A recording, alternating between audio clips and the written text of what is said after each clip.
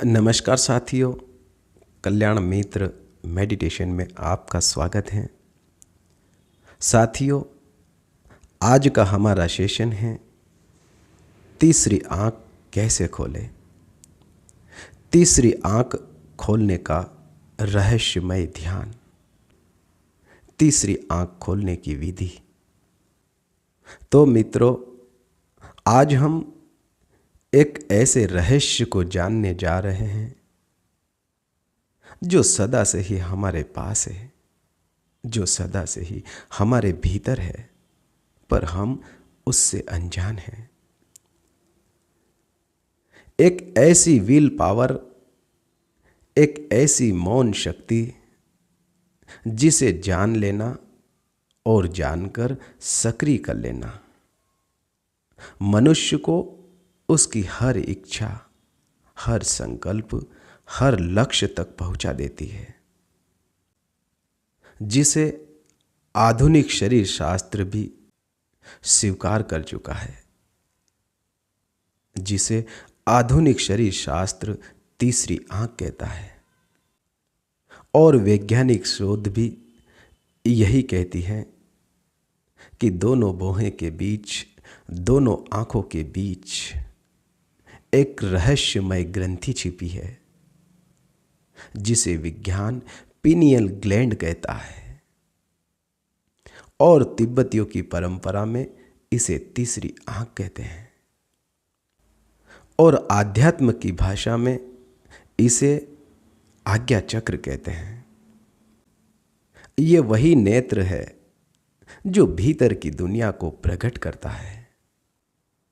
साथियों, हम सबके पास दो आंखें हैं देखने के लिए, परंतु इन दोनों के अलावा भी एक आंख और है जो जन्म से तुम्हारे पास है, जो जन्म से सोई पड़ी है।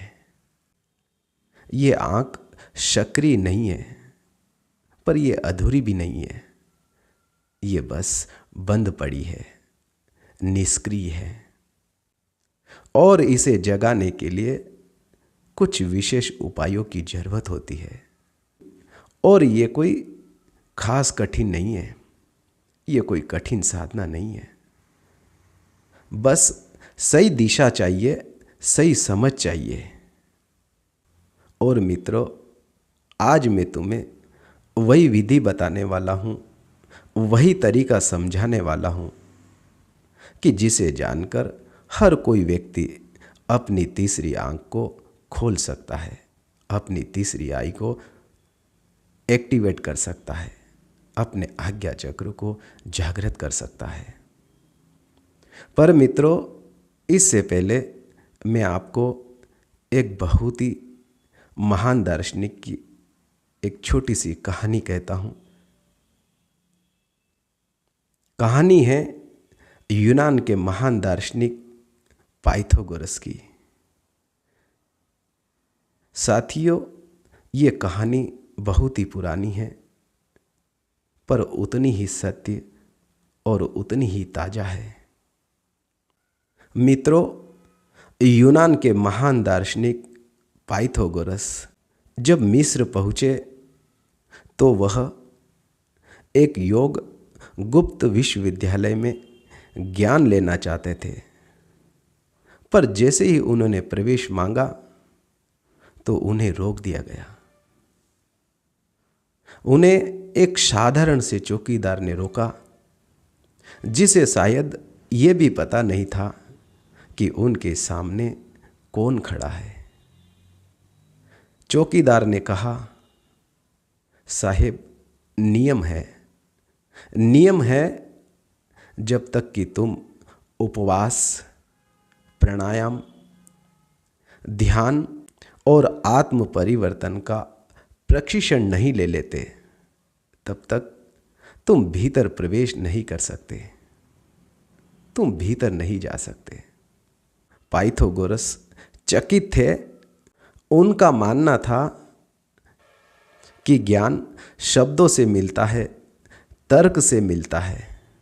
पर विश्वविद्यालय के आचार्यों ने कहा, ज्ञान शब्दों से नहीं मिलता, ज्ञान तभी दिया जा सकता है जब तुम बदले हुए हो, जब भीतर कोई रूपांतरण हुआ हो।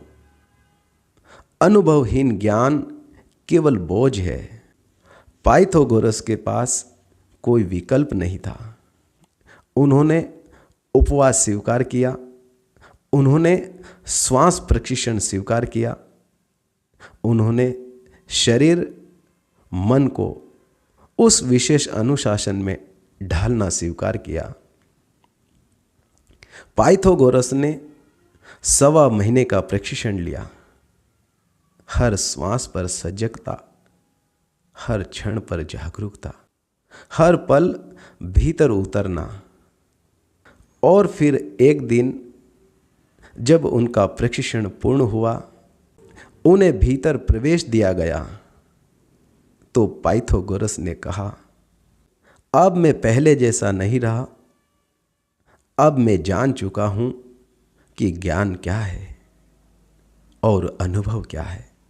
मैं जान चुका हूं कि तीसरी आंख कैसे खुलती है। तो मित्रों, तीसरी आंख को खोलने का जो पाइथागोरस ने गहन उपास, साधना और ध्यान के प्रशिक्षण के बाद पाया, यही आज की साधना का सार। जब भीतर परिवर्तन होता है तभी तीसरी आंख खुलती है, तभी मनुष्य सत्य को देख पाता है। साथियों, अब आप वही साधना करने जा रहे हैं जिससे कि आज्ञा चक्र जागता है, जिससे कि आज्ञा चक्र सक्रिय होता है।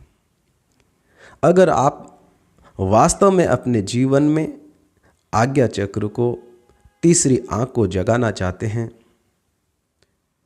तो अपने इस भाव को, अपने इस संकल्प को, अपने इस विचार को अपने मन की गहरी परतों में, अपने मन की उस जमीन में उस बीज को गाड़ दीजिए।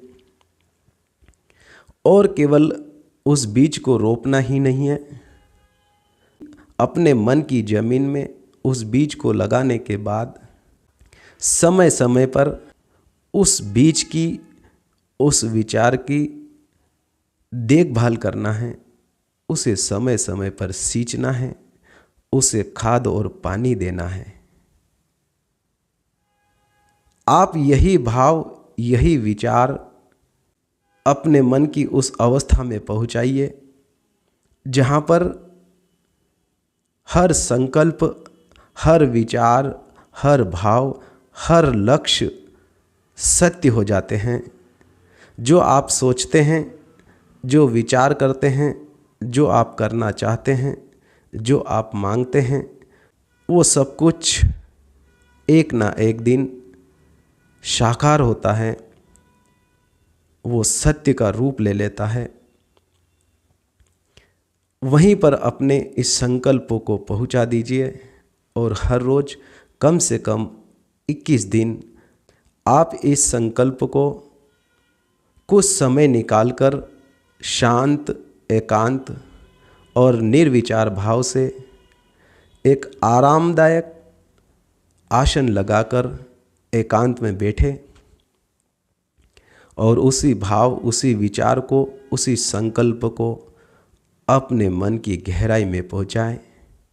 आपके मन का जो स्थान है, जहाँ थर्ड आई, जहाँ पर तीसरा नेत्र है, वहाँ पर अपने मन को लाए। जैसा कि आप दोनों आंखें बंद करते हैं और अपने मन को दोनों आंखों के बीच, दोनों भौहें के बीच, जिसे विज्ञान पीयूष ग्रंथि, जिसे विज्ञान पिट्यूटरी ग्लैंड कहता है, वहाँ पर अपने मन को टिकाए। तीसरी आंख पर अपने मन को टिकाए। देखें, आपकी दोनों आंखें बंद हैं और आप अपने दोनों आंखों के बीच, जब आप आंखें बंद करके देखते हैं तो आपको एक घोर अंधेरा दिखता है। आप कुछ ना करें, आराम के साथ, बिना किसी हिचक के, बिना किसी झिझक के, कुछ नहीं करना है। आप आराम से बैठे, जहां आपको दोनों आँखों के बीच, आंखें बंद होने के बाद जो अंधेरा आप देख रहे हैं, उसी में अपने मन को टिकाए रखे। देखे, विचारों के बादल आते हैं, सपने आते हैं, स्मृतियाँ आती है, अच्छे भी विचार, बुरे भी विचार, जो कुछ भी आता है आने दीजिए, जाने दीजिए। बस देखिए, आपका काम केवल देखना है, कोई निर्णय नहीं लेना कि यही क्रिया आप हर रोज निरंतर कम से कम 21 दिन करें। जब भी आपको समय मिले बैठें, जितनी देर आप बैठ सके आराम से बैठे, देखते रहे, देखते रहे। आप देखेंगे कि जो अंधेरा है उसकी गहराई धीरे धीरे बढ़ती है। आपको लगता है कि वहाँ से कोई गहरी सुरंग, कोई ऐसा मार्ग कहीं आपको अपनी ओर खींच रहा है। वो गहराई कुछ कह रही है, वो मार्ग आपको खींचता है। आप भीतर गहराई में जाते हैं और गहराई धीरे धीरे आप बढ़ते जाते हैं। मित्रों, ये यही वक्त है जहाँ पर आप अपनी तीसरी आँख खोलने जा रहे हैं। ये वही स्थान है कि जहाँ से आप अपने भीतर प्रवेश करते हैं, जहाँ एक ऐसा मार्ग जो आपके भीतर की दुनिया को दिखाता है, जो आपको अपने भीतर की अदृश्य छिपी हुई चीज़ों को दिखाता है। आप देखते हैं धीरे धीरे वहाँ पर एक छोटा महीम, हल्का टिमटिमाता हुआ आपको ऐसा प्रतीत होता है कि कहीं पर बहुत दूर कोई दिया जल रहा है, हल्का हल्का प्रकाश उठ रहा है। वहाँ पर आप देखते हैं तो धीरे धीरे वो प्रकाश, उसका दायरा चारों ओर फैलता है। आप देखते रहेंगे, जिसे विज्ञान पीयूष ग्रंथि, पिट्यूटरी ग्लैंड या तीसरी आंख, आधुनिक शास्त्र, शरीर शास्त्र तीसरी आंख कहता है, और आध्यात्म की भाषा में उसे आज्ञा चक्र कहते हैं। अब वो धीरे धीरे वो खुलता है तो हमें हमारे भीतर की अदृश्य और छिपी हुई दुनिया नज़र आने लगती है। हमारे सामने एक अलौकिक प्रकाश उभरने लगता है। तीसरी आंख खुलने का जो प्रमाण है, वो प्रमाण यही है कि जिस भी व्यक्ति की तीसरी आंख खुलती है तो उसे अपने भीतर प्रकाश के दर्शन होते हैं। एक अद्भुत अलौकिक प्रकाश, सूर्य, एक छोटा सूर्य जो अपने भीतर उगता है। जब वो सूर्य उगता है तो प्रकाश की किरणें और उसका दायरा बढ़ता है। सोचिए कि अब आपके भीतर वो आज्ञा चक्र, तीसरी आंख धीरे धीरे सक्रिय होती है, जागती है और एक दूसरी दुनिया का राज खोलती है।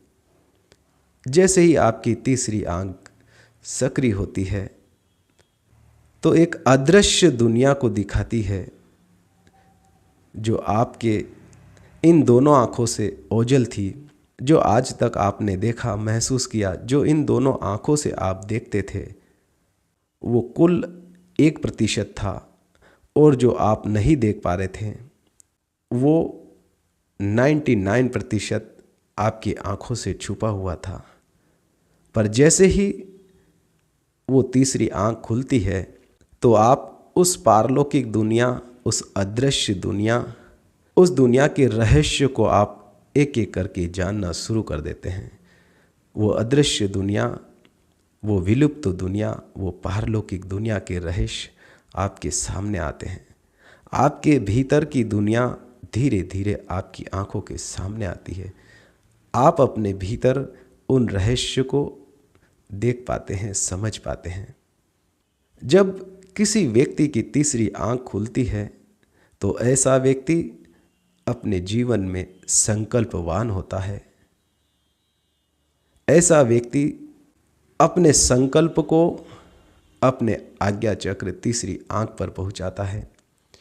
जो वो संकल्प करता है, जो कहता है, वो होता है। ऐसा व्यक्ति अगर कहे, अपनी सांसों को आदेश दे कि सांसें रुक जाए, तो उसी क्षण सांसें रुक जाती है, थम जाती है। ऐसा व्यक्ति अगर कहे, अपनी धमनियों में बहता हुआ खून रुक जाए, तो उसकी बढ़ी हुई हृदय गति, रक्तचाप वहीं रुक जाता है। ऐसा व्यक्ति संकल्प करे, वो जिस चीज को आदेश देता है वो होता है। पर साथियों, अपनी तीसरी आंख को खोलना और उसकी जो प्रक्रिया है, जो विधि है, उसे करने से पहले आपको अपने मन से, शरीर से और अपने भीतर से संकल्प लेना होगा। अपने खान पान, अपने रहन सहन, इन सबको विशेष रूप से बदलना होगा। अपनी सांसों पर केंद्रित होना होगा। अपने आहार का विशेष ध्यान देना होगा। आपको सात्विक भोजन, शाकाहारी भोजन लेना होगा, क्योंकि शाकाहारी भोजन हल्का होता है, भारीपन नहीं होता। मांसाहारी भोजन भारी और विकारों को पैदा करता है। हल्का भोजन लेकर जब आप अपने जीवन में से कुछ समय निकालकर आप बैठेंगे और अपने मन को दोनों आँखों के बीच, दोनों बोहे के बीच जहाँ बिंदी लगाते हैं वहाँ आप टिकाएंगे, तो धीरे धीरे यही प्रक्रिया हर रोज करेंगे तो आप देखेंगे कि 21 दिनों के भीतर आपका आज्ञा चक्र सक्रिय हो जाता है और आपके जीवन में जो परिवर्तन होंगे वो आप देखकर चकित हो जाएंगे। आप संकल्पवान, धैर्यवान, आपके जीने का तरीका बदल जाएगा, आपके सोचने का तरीका बदल जाएगा। आप जो चाहेंगे वो आपकी ओर खुद पे खुद खींचा चला आएगा। मित्रों, जब आज्ञा चक्र जागता है तो केवल अनुभव नहीं बदलता, आपका पूरा जीवन बदल जाता है। आपकी संकल्प शक्ति कई गुना बढ़ जाती है। आपकी इच्छाएं तेज, ऊर्जावान बन जाती हैं।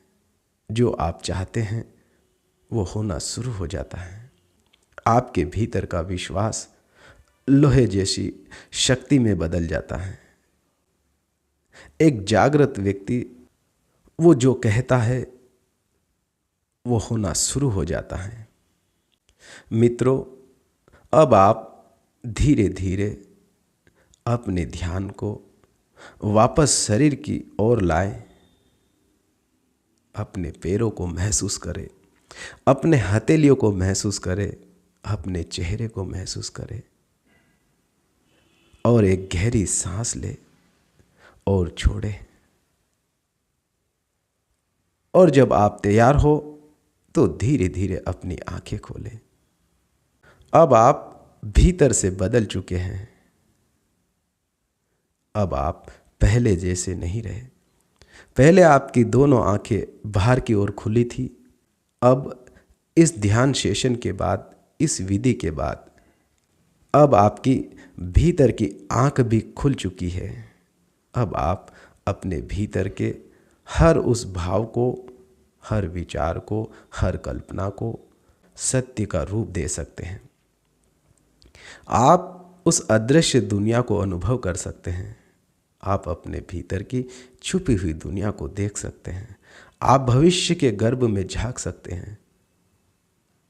आप बीते हुए कल को अनुभव कर सकते हैं। मित्रों, आपने मुझे सुना, उसके लिए आपका बहुत बहुत धन्यवाद। साथियों, बहुत सारे मित्रों का एक सवाल था जिसे मैं आज आपसे शेयर करना चाहता हूँ। बहुत सारे साथी और मित्र कहते हैं कि मैं अपने ध्यान सेशन में, अपने वीडियो में संगीत या कोई भी बैकग्राउंड इफ़ेक्ट साउंड नहीं डालता।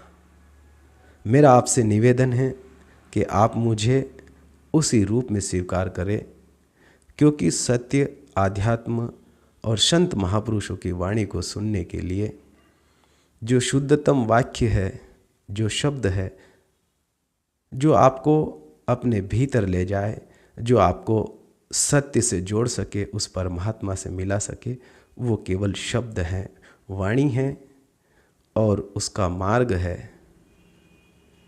केवल इशारा है, करना आपको है।